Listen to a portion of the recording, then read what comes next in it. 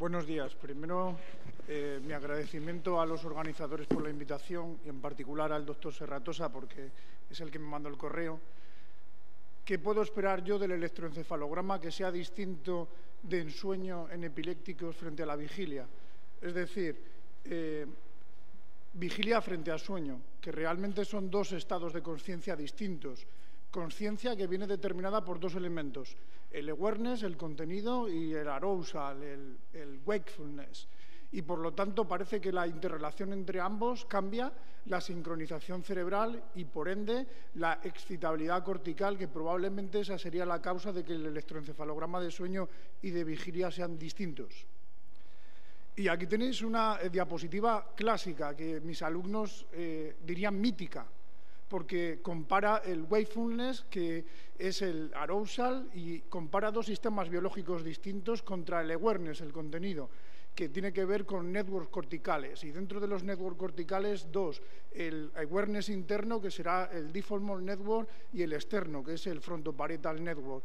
Y en el arousal, el tronco del encéfalo, el sistema de monoaminas y también de acetilcolina. ¿Qué intenta la charla? La charla intenta ver cómo en el contexto del sueño cambian las descargas epileptiformes, si es que cambian, si cambian las crisis y si hay algún marcador epileptogénico que sea distinto de vigilia. Y aquí tenéis una comparación entre lo que va a ser el sueño no-REM de alta activación, en el que hay una sincronización de la actividad cerebral, de los sistemas talamocorticales, y además hay tono, de tal manera que hay oscilaciones en relación a esos circuitos talamocorticales que producen spinless, que producen usos de sueño, que producen complejos K, que producen ondas delta sincronizadas, que probablemente a veces la actividad epiléptica utiliza esos circuitos para manifestarse y por lo tanto incrementa la actividad interictal y también la frecuencia de crisis. Y además que es que hay tono, de tal manera que es más sencillo poder ver las manifestaciones clínicas de las crisis epilépticas. Y desde el punto de vista fisiológico, bueno, hay una disminución de las monoaminas, pero hay una disminución también de la acetilcolina. Y en contraposición, una fase REM de baja activación, de anticrisis y antiepilepsia probablemente, porque hay una desincronización cerebral y además hay una pérdida de tono. Desincronización cerebral que parece que impide las manifestaciones críticas y además reduce la actividad epileptiforme interictal. Y además la falta de tono hace difícil el ver las manifestaciones motoras durante las crisis epilépticas. Y desde el punto de vista fisiológico, una enorme diferencia. Aquí aumenta la acetilcolina y, sin embargo, hay una detección en el sistema de monoaminas. Eso lo lleva a decir que la vigilia y el estado no-REM son más parecidos en cuanto a su activación talamocortical y, sin embargo, en el REM no hay esa activación talamocortical y probablemente nos va a llevar a diferencias en la excitabilidad cortical y, por ende, a alteraciones en el electroencefalograma. Pero como un electroencefalografista que trabaja en muchas áreas y además epilepsia, hay una cosa que siempre me preocupa y es cuánto de útil es un EEG de sueño en el diagnóstico de epilepsia, la sensibilidad. Y hay una plétora de artículos antiguos que abordan este tema, pero yo no he ido a lo antiguo, sino a lo reciente, los últimos 10 años, que 4 o 5 artículos puedo remarcar. Aquí tenéis 4 artículos, todos en adultos, todos obtienen sueño bajo deprivación, y todos incrementan la incidencia de descargas epileptiformes y la sensibilidad, de manera un poco distinta, de tal manera que hay artículos que incrementan entre un 22 y un 25%, los dos últimos, y, sin embargo, otros, como los italianos o de Lille, que incrementan hasta un 41%, 42% la incidencia de actividad epileptiforme. Bueno, bien, parece. Y lo que es más importante, todos hacen sueño bajo estado de deprivación de sueño, pero todos con protocolos distintos. Algunos deprivan toda la noche, otros te levantan a las 2 de la mañana y te hacen el electro a las 8:30 y otros te levantan a medianoche y te hacen el electro. Por lo tanto, parece que es un poco distinto el método en cuanto a obtener los sueños bajo estado de deprivación. ¿Y eso tiene alguna importancia? Bueno, vamos a intentar ver si tiene importancia. Aquí tenéis un esquema que compara los dos contenidos del awareness. El frontoparietal network, que tiene que ver con el network que se activa durante las tareas, y el default mode network, que tiene que ver con el que Cuando uno se queda pensando se activa, de hecho se desactiva con la atención. Y vemos cómo en los estados normales, en los que uno ha dormido normal, bueno, hay una buena balance entre el default mode network y el frontoparietal network, de tal manera que cuando yo presto atención y hago tareas se activa el frontoparietal network y se inhibe el default mode network y viceversa, de tal manera que parece que cuando mides atención y mides memoria, eso es correcto. ¿Y qué ocurre en el cerebro deprivado de sueño? En el cerebro deprivado de sueño hay una disrupción de las conexiones entre el frontoparietal network y el default mode network, de tal manera que no actúan correlacionándose y hay déficit de memoria. Uno sabe que cuando duerme menos, pues a veces tiene más dificultades luego para recordar cosas, o al menos tiene una falta de atención. Y podríamos decir que también probablemente hay un cambio en la excitabilidad cortical que es sindrómico dependiente, es decir, no actúa igual en todos los tipos de síndromes epilépticos, primer punto, que haría que la deprivación, bajo determinadas circunstancias, incremente la actividad epileptiforme en el EEG. Y vamos a lo que era la charla. ¿Qué ocurre con el no-REM y el REM? Bueno, en no-REM, en cuanto a la actividad interictal, podemos decir que hay un incremento de descargas epilépticas en síndromes como el mesial temporal lobe epilepsy, en algunas formas de frontal y en epilepsia rolándica, que aparecen algunos patrones que son bastante característicos, como el de Generalized Paroxysmal Fast Activity, que algunas veces la isarritmia se transforma en un patrón un poco fragmentado que se llama el Suppression Bar Slide EEG. ¿Y qué ocurre en el REM? En el REM, bueno, el REM es distinto. Las descargas focales se pueden ver, luego veremos que se ven más localizadas y se pueden ver sobre todo en epilepsias temporales y en epilepsias extratemporales. En cuanto a los estados de transición, son muy útiles porque activan descargas como ausencia-like, algunas descargas que luego veremos algún ejemplo. ¿Y qué ocurre con las crisis? Bueno, pues la dicotomía es que en el no-REM hay un incremento de crisis generalizadas tónico-clónicas, de crisis parciales complejas, especialmente frontales. Algunos textos también dicen que también mesial temporal o epilepsia temporales. En estos más secundaria generalización, en los casos de mesial, y además las crisis se incrementan en las epilepsias benignas de la infancia o incluso en las crisis tónicas del síndrome de Lennox-Gastaut. Y aquí tenéis una tabla que lo que muestra es, bueno, vamos a ver qué pasa con la actividad interictal y con las crisis en REM y no-REM en función de algunos síndromes. Y en términos muy generales podemos decir que el no-REM activa la actividad interictal en casi todas las síndromes epilépticos, en mayor o menor medida, ahí tenéis la tabla. Y que el REM tiene el efecto opuesto, de tal manera que es mucho más inhibidor, de tal forma que podéis ver ahí que todo es negativo. Bien. Aquí tenéis un ejemplo del efecto que tiene. Es un paciente que está despierto y hay una transición de 1,5 segundos. En 1,5 segundos de transición del wakefulness, de la vigilia al sueño, se ve una descarga generalizada. Uy, pues parece que sí que lo facilita. Y aquí tenéis lo mismo, pero mirad, aquí tenéis el alfa y la primera manifestación de una transición no es que se pierda el alfa, es la descarga, y después se pierde el alfa, fijaros. De tal manera que parece que los estados transicionales sí que tienen cierta utilidad a la hora de valorar pacientes con epilepsia. Este es un buen ejemplo. Y yo decía, bueno, y el sueño no-REM facilita los paroxismos absent-like. Eso es un absent-like paroxismo, ¿no? Paroxismo generalizado de 2,5 segundos que no cumple los criterios de ausencia y el niño está en fase no-REM. Pero incluso cuando veis a la literatura dice, no, y las ausencias también. Bueno, pues aquí tenéis el mismo ejemplo en el mismo niño, de tal manera que en vez de durar 2,5 segundos tiene un paroxismo generalizado de complejos punta onda de 4,5 segundos, de 5, que parece que es el registro ictal de lo que nosotros llamamos crisis de ausencia. Y si analizamos un poco más cualitativamente todo lo que ocurre con las descargas en generalizados durante el no-REM, este es un estudio precioso de 120 pacientes en los que clasifican el patrón EEG en descargas generalizadas, en fragmentos generalizados y en focal discharges, en descargas focales. Y fijaros, el no-REM incrementa los fragmentos generalizados y las descargas focales, con lo cual el no-REM me puede llevar a una equivocación, a un mal diagnóstico en epilepsias generalizadas si no tengo en cuenta eso. ¿Y qué ocurre si lo veo más cualitativo? más cualitativo. Voy a medir el intervalo entre descarga y la duración de las descargas epilépticas. Bueno, pues es claro que el no-REM acorta la duración de las descargas epilépticas y acorta el intervalo interdescarga contra el wakefulness, contra la vigilia, y eso se mantiene en todos los estudios. En este, por ejemplo, además, el incremento de incidencia es de 15 veces la actividad epileptiforme en sueño frente a la actividad epileptiforme en vigilia.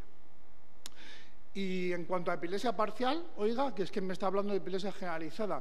Bueno, en cuanto a epilepsia parcial, lo primero, hay un incremento de la actividad interictal, de las descargas epileptiformes interictales.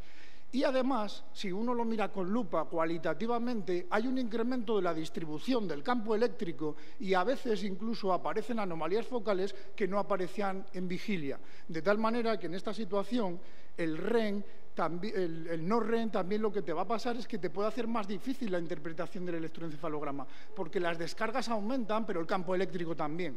Y el REM, mire usted, el REM lo contrario. El REM localiza las descargas, disminuye la incidencia de descargas cuantitativamente, pero hace una cosa que es buena, la localiza cercana a lo que va a ser la zona epileptogénica. Por lo tanto, si yo hiciese presurgical evaluation, ¿no?, evaluación quirúrgica, ahí este puede ser una herramienta, veremos si lo es o no lo es.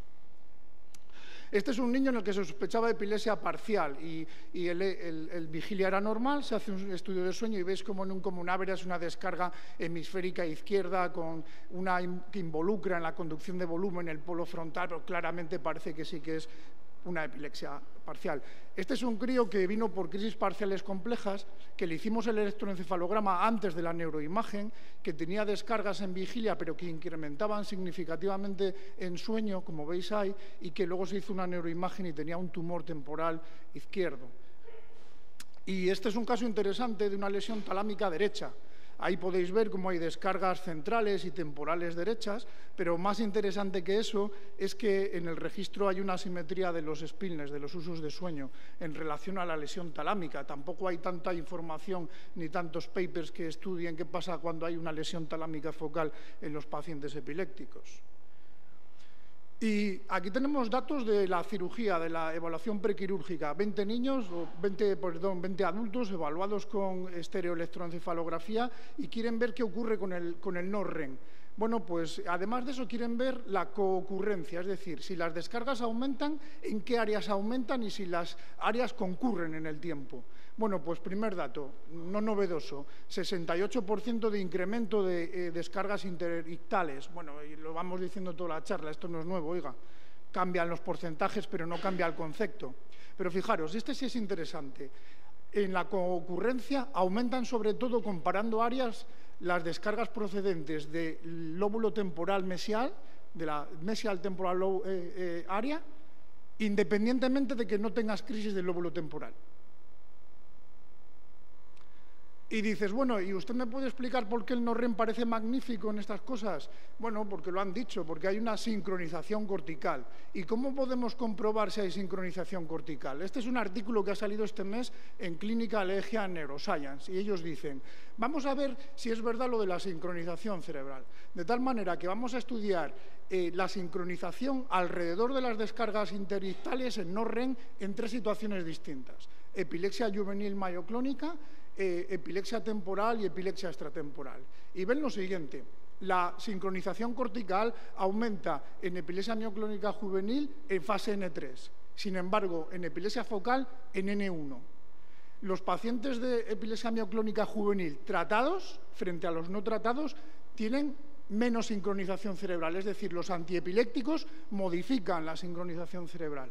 Y al final, la conclusión, pues mire usted, la sincronización es menor en vigilia y en REM y probablemente el incremento de sincronización cerebral, pero demostrado con datos, es uno de los responsables de que el EEG sea diferente.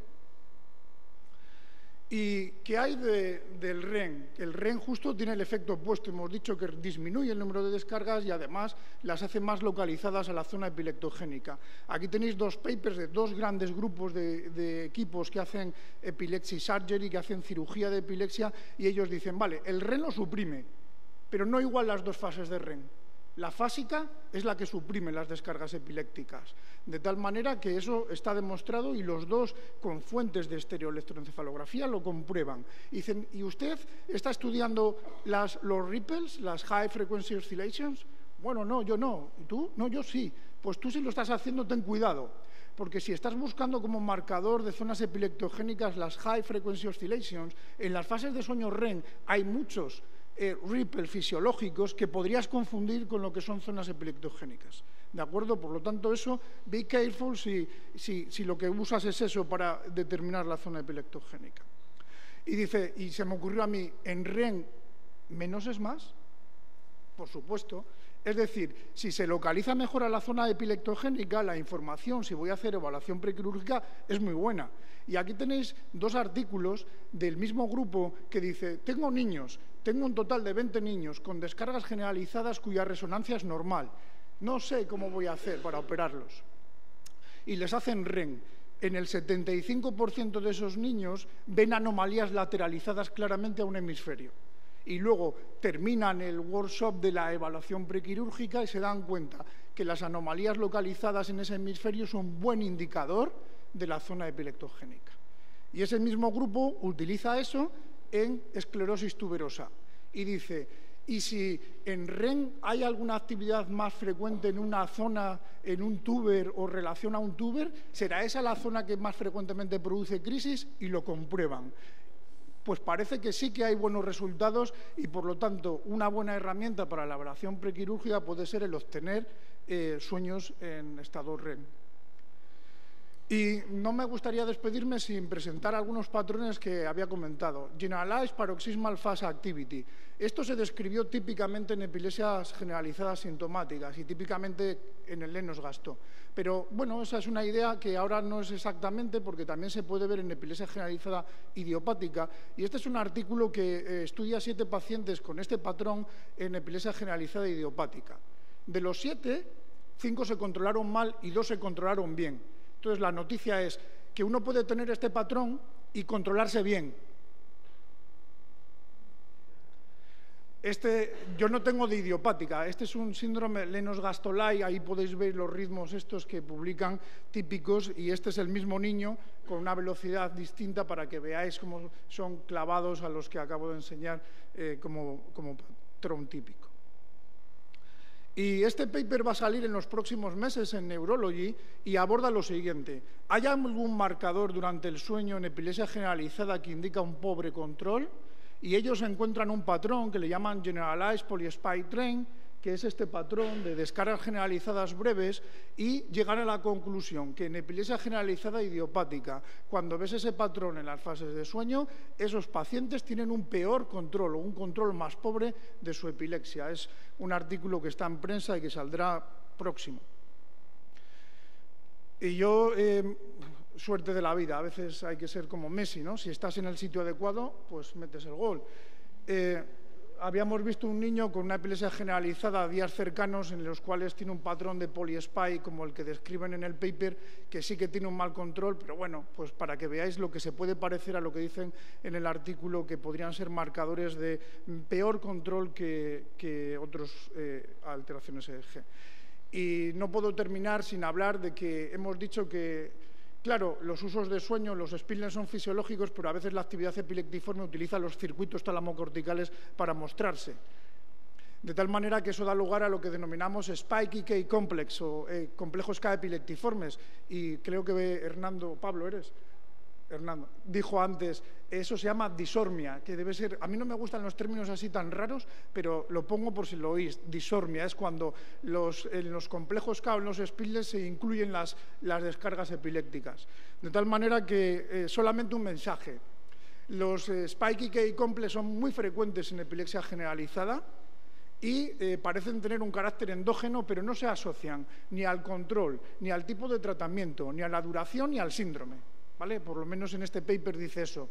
Entonces, si hacemos más papers, igual llegamos a otras conclusiones, que tampoco hay tantos.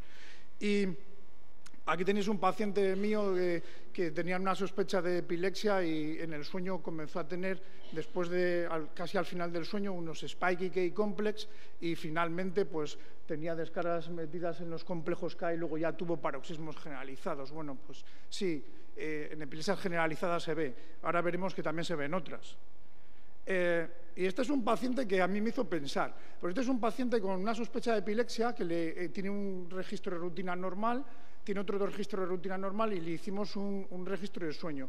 Y cuando iba a 1 hora y 22 minutos, y dice, ¿y por qué dirá este señor lo del tiempo? Porque la media del tiempo de duración de estudios de sueño en las publicaciones que manejamos es 43 minutos. Este llevaba 1 hora y 22 y había sido absolutamente normal. Y en el 22 minutos